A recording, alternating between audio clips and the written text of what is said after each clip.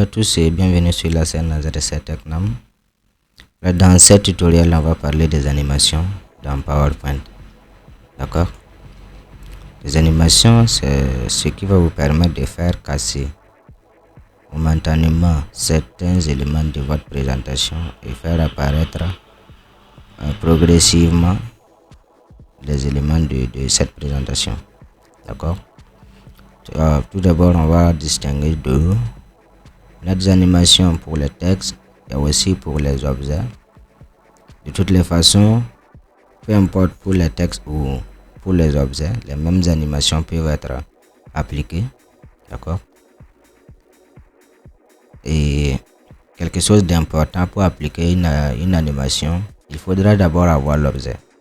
D'accord? Vous voyez que comme ça, si c'est pas un objet sélectionné, déjà on va aller ici dans l'onglet ici animation. On va retrouver ici les différents types d'animations qui sont là. D'accord? Si c'est pas un élément sélectionné, ces animations là sont grisées, c'est-à-dire que c'est pas fonctionnel. D'accord? Et comme à les faire fonctionner, il faudra sélectionner quelque chose, soit un objet comme ça ou bien des textes. D'accord? Voilà. On va passer ici concrètement, par exemple faire apparaître et on va voir l'aperçu. Regardez. Donc, ça c'est trop rapide. D'accord? Je pourrais peut-être ici augmenter la durée. Et on va voir l'aperçu.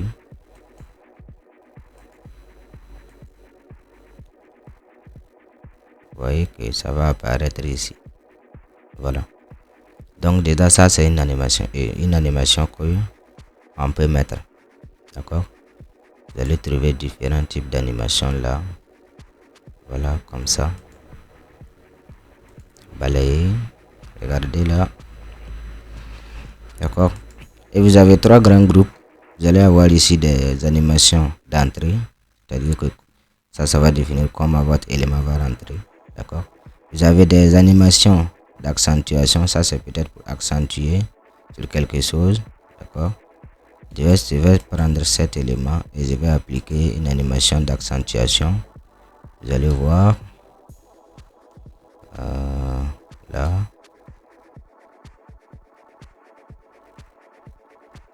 C'est pas... Par exemple, je vais prendre impulsion et on va regarder là. Voilà l'animation qui s'est produite. C'est peut-être durée comme ça. Regardez. Vous voyez une animation d'accentuation, c'est de ce genre là. D'accord? Ça fait rentrer l'élément et ça accentue l'élément. Ça nous demande ce qu'on prête attention à cet élément. D'accord? Vous allez aussi retrouver ici des animations de sortie. D'accord? Avec une très grande différence avec les animations d'entrée. Voilà. Animation de sortie. Par exemple, je vais prendre cet élément et je vais appliquer ici une animation de sortie. Par exemple, comme ça. Et c'est la façon cet élément va disparaître. D'accord? Animation de sortie. Par exemple, je prends au début. Vous allez faire apparaître l'élément. Et si c'est un élément que vous voulez faire disparaître et faire apparaître d'autres, donc vous allez devoir appliquer ici une animation de sortie pour faire disparaître cet élément là. D'accord? Aussi on a un autre groupe qui est là. Ce sont ici des animations de mouvement. D'accord? C'est-à-dire vous allez pouvoir déplacer des éléments avec ça. Très concrètement, je vais sélectionner mon élément ici. D'accord? Ou bien je vais prendre ça. En tout cas, vous allez pouvoir appliquer des éléments à tout type d'objet ici. Voilà, je peux prendre ça, prendre courbe comme ça. Ici, on va remarquer ce qui se passe. Vous avez déjà deux points principaux. Vous avez un point ici qui est en vert. D'accord? Il est peut-être cassé. Voilà, je fais comme ça. Et vous voyez ici le point vert qui est là. Vous avez un point rouge. Le point vert ici va définir le début. D'accord? Et le point rouge va définir la fin. D'accord, c'est quelque chose que, voilà, vous allez pouvoir soit l'agrandir comme ça, quelque chose que vous pouvez agrandir, ou bien déplacer carrément, comme ça. D'accord, on voit l'aperçu.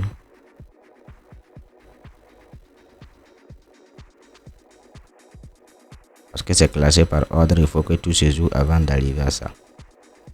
Voilà. Donc c'est en quelque sorte les 4 grands groupes d'animation que vous allez retrouver.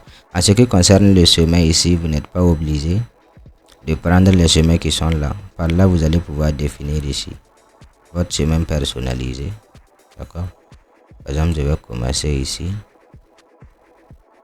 Définir, dessiner quelque chose de comme ça. Et vous verrez que mon animation va respecter ça. Arrivé à la fin, je double-clique. Et voilà que mon élément suit le mouvement, la courbe que j'ai essayé de tracer. D'accord. Voilà. Rien ne vous empêche de revenir encore et modifier ça après, comme vous voulez.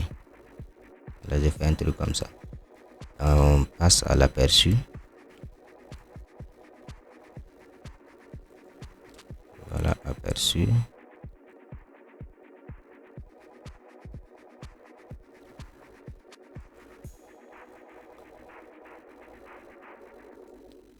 Donc c'est comme ça vous allez pouvoir faire vos animations ici dans PowerPoint. Bon, on attend que ça vienne. Voilà. Donc à la fin aussi vous aurez ici autre type d'effets d'entrée, autres effets de début, effets de sortie, effets de mouvement, tout ça. Je vous laisse quand même le choix. Vous pouvez explorer tout. Par exemple, si je prends là, vous allez encore retrouver autre effet ici d'entrée. D'accord. Voilà. Tout ça. En tout cas, il y en a beaucoup. D'accord. Mettez votre curiosité en avant en explorant tout ça. Vous allez trouver pas mal d'animations qui vont vous intéresser. D'accord. Voilà. Autre chose à savoir.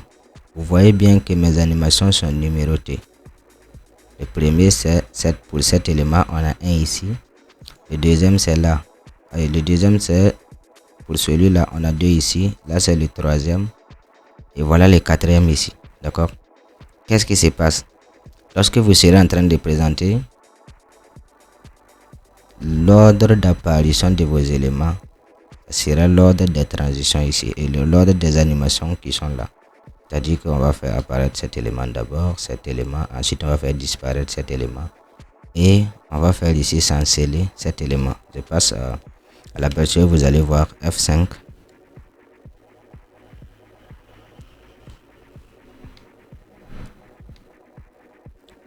Je pense que c'est là. D'accord, on commence. Vous verrez l'autre image ici apparaître. Ensuite vous aurez ici la flèche d'en bas qui va s'accentuer. Ensuite on va faire disparaître la deuxième image et on va faire chanceler ici l'icône de l'email. Voilà, donc c'est en quelque sorte ça, mais l'ordre qui est là elle est modifiable. D'accord. Par exemple, je vais prendre le 3 et ici vous avez réorganisé l'animation. D'accord. Vous pouvez pas faire déplacer ça antérieur, là ça devient 2 et, ou bien faire déplacer ultérieurement, vous repassez ça à 3. Donc pour faire avancer c'est ultérieurement. Pour réduire l'ordre, vous allez revenir encore antérieurement. D'accord. Maintenant voyons ici, lorsque je prends une animation, j'ai ici des options pour l'animation. D'accord. Ici on voit qu'on fait balayer, c'est ça, mais on balaye à partir d'où? Pour nous par défaut ici c'est à partir du bas. On pouvait le faire à partir de la gauche. Là ça sera un truc comme ça. À partir du haut, ça va quitter le haut et descendre. Voilà, un truc comme ça. D'accord. Là vous allez pouvoir définir ici Le démarrage de l'animation. Lorsque vous serez en train de présenter, est-ce que vous voulez que l'animation se produise automatiquement, ou bien vous voulez cliquer, ou bien vous voulez que quand vous prenez ici après la précédente, c'est-à-dire que si vous avez une animation, lorsque cette animation va prendre fin, et que ici vous prenez le démarrage avec la précédente, non, après la précédente ici, à la fin de l'autre animation, cette animation va aussi commencer. Ou bien vous mettez avec la précédente, là l'animation va se jouer avec la précédente animation. Ça c'était le démarrage. Ici vous allez retrouver la durée de l'animation, d'accord? Voilà, la durée que l'image prend ici pour apparaître entièrement. Si vous trouvez que ce temps ne vous convient pas, bah, vous pouvez le modifier ici, d'accord? Ici vous avez les délais. Les délais, c'est le temps que ça met au début, d'accord? Un temps mort que ça va mettre avant de commencer. Voilà, par défaut c'est 0. Sinon, si ça vous convient pas, vous pouvez encore changer ça. Ouais. Ça dépendra de vous. Par exemple, là, si je mets 75 secondes comme ça, et qu'on passe, vous voyez que ça va prendre 0,75 secondes avant de commencer à se jouer ici. D'accord? Là, je passe par là pour voir l'aperçu, hein, tout en sélectionnant. Voilà, vous avez aussi la possibilité de faire animer des éléments ou plusieurs éléments à la fois. Il suffit de les sélectionner ensemble. D'accord, je vais sélectionner d'abord cette image. Ensuite, je maintiens CTRL appuyé. Et là, j'ai un plus comme ça qui apparaît au niveau du curseur. Et je sélectionne aussi le deuxième. Et toujours dans l'onglet animation, on va mettre cette animation là. Et vous verrez que les deux images apparaissent au même moment. D'accord, je peux refaire un exemple avec ça. Par exemple, ces deux formes qui sont là. D'accord, je vais ajouter une animation de type zoomé. Et c'est ces deux qui vont apparaître en même temps, comme ça. Vous pouvez ici faire apparaître le volet animation. Et vous allez retrouver toutes les animations que vous avez mis ici. D'accord. Par là aussi, vous verrez qu'on peut changer l'ordre des animations. Par exemple, je sélectionne ça. Je sélectionne là.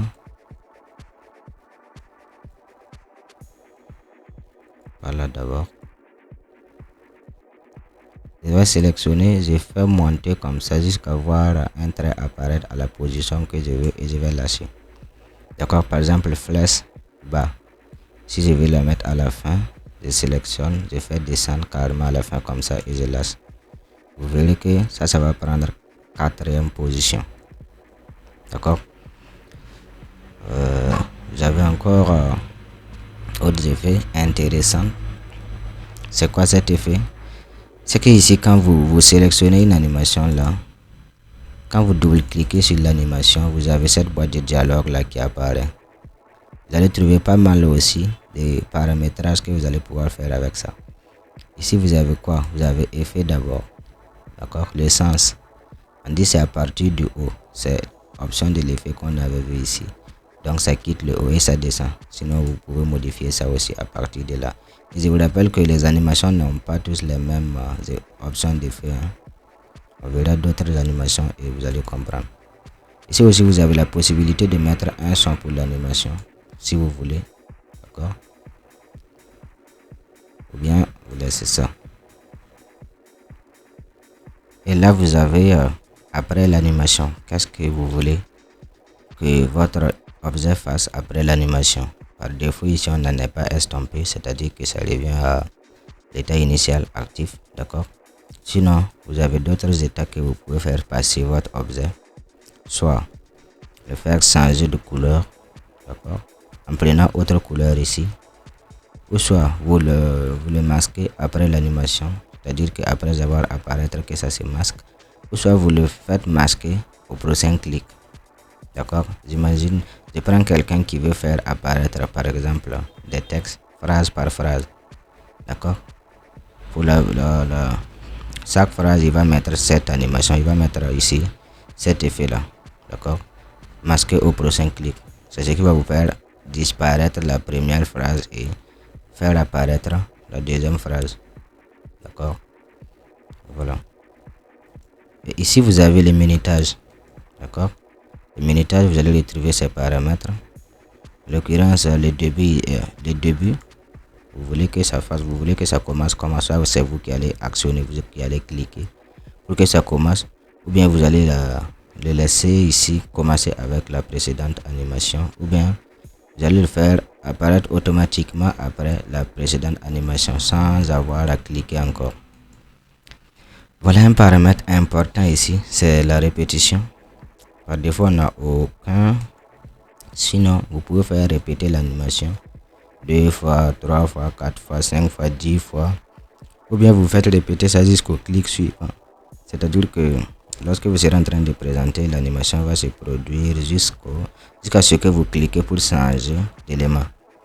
Ou bien vous le faites durant tout ici votre diapositive. Par exemple, en mode présentation, si je suis sur cette diapositive là, je vais pouvoir peut-être laisser cette animation.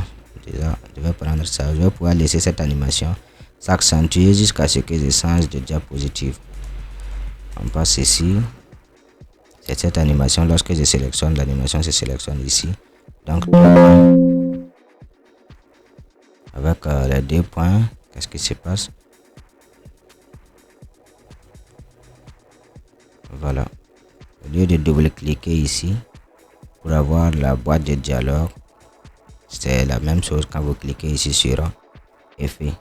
On avait vu au début que pour les groupes qui ont ces genre de flèches ici, ça veut dire que tous les paramètres du groupe ne sont pas affichés. Donc on va cliquer par là pour avoir la boîte. D'accord.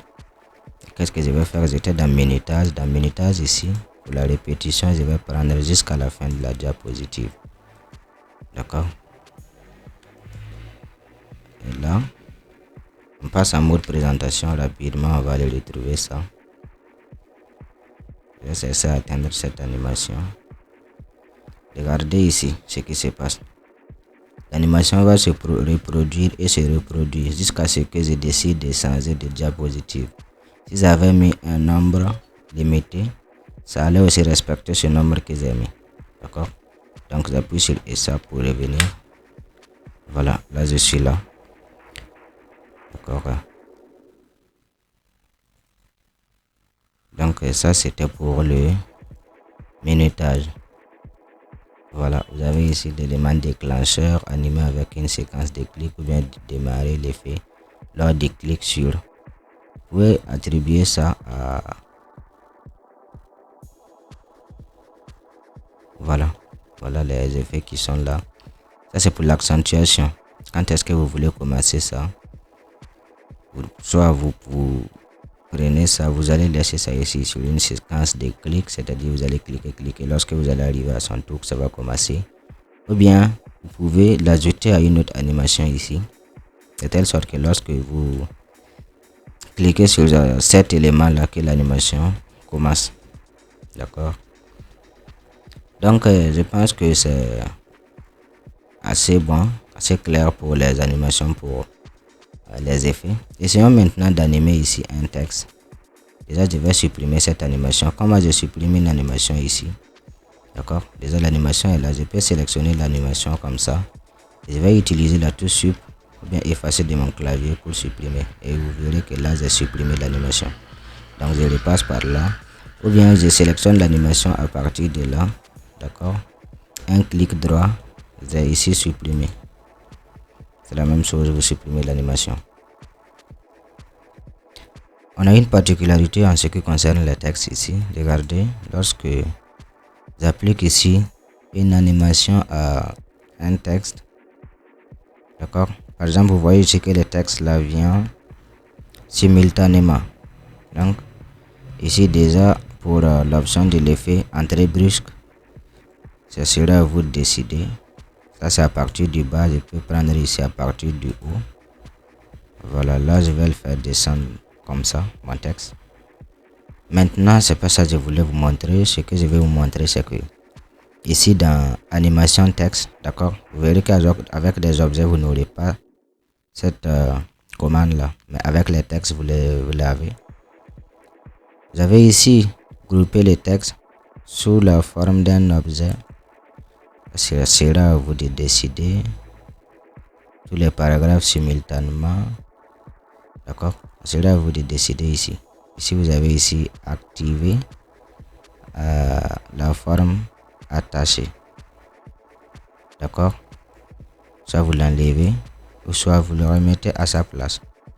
Vous verrez que lorsqu'on revient ici, on peut faire par niveau de paragraphe, d'accord, ou bien dans l'ordre inverse. De toutes les façons, ce sont des trucs, des effets que vous allez pouvoir mettre.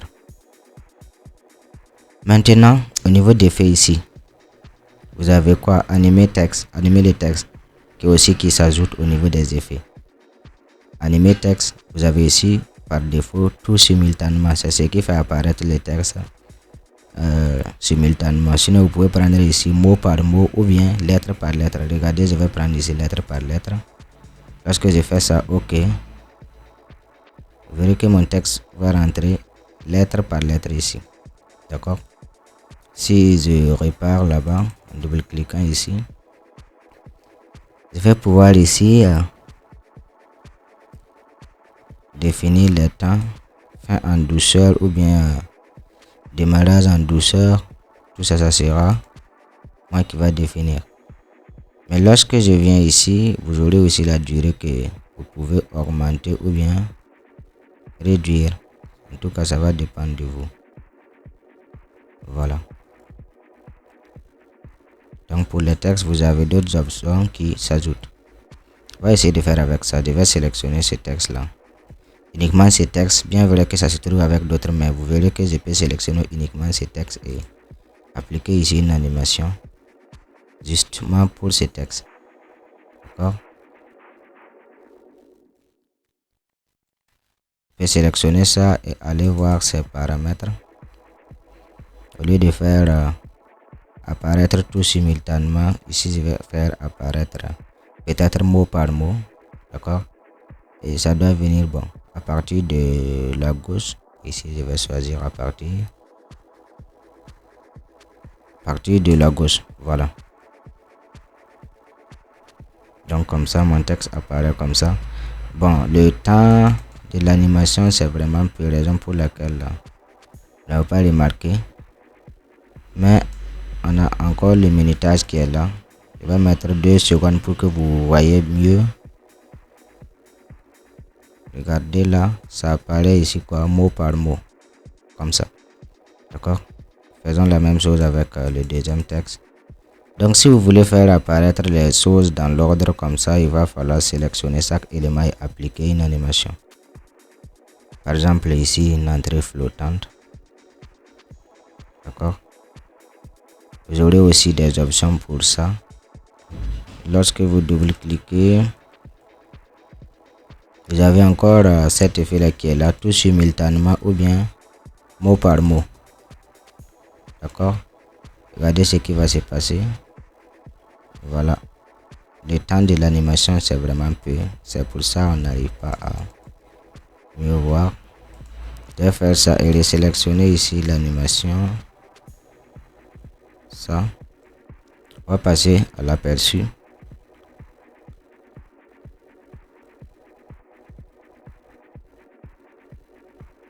Hauteur.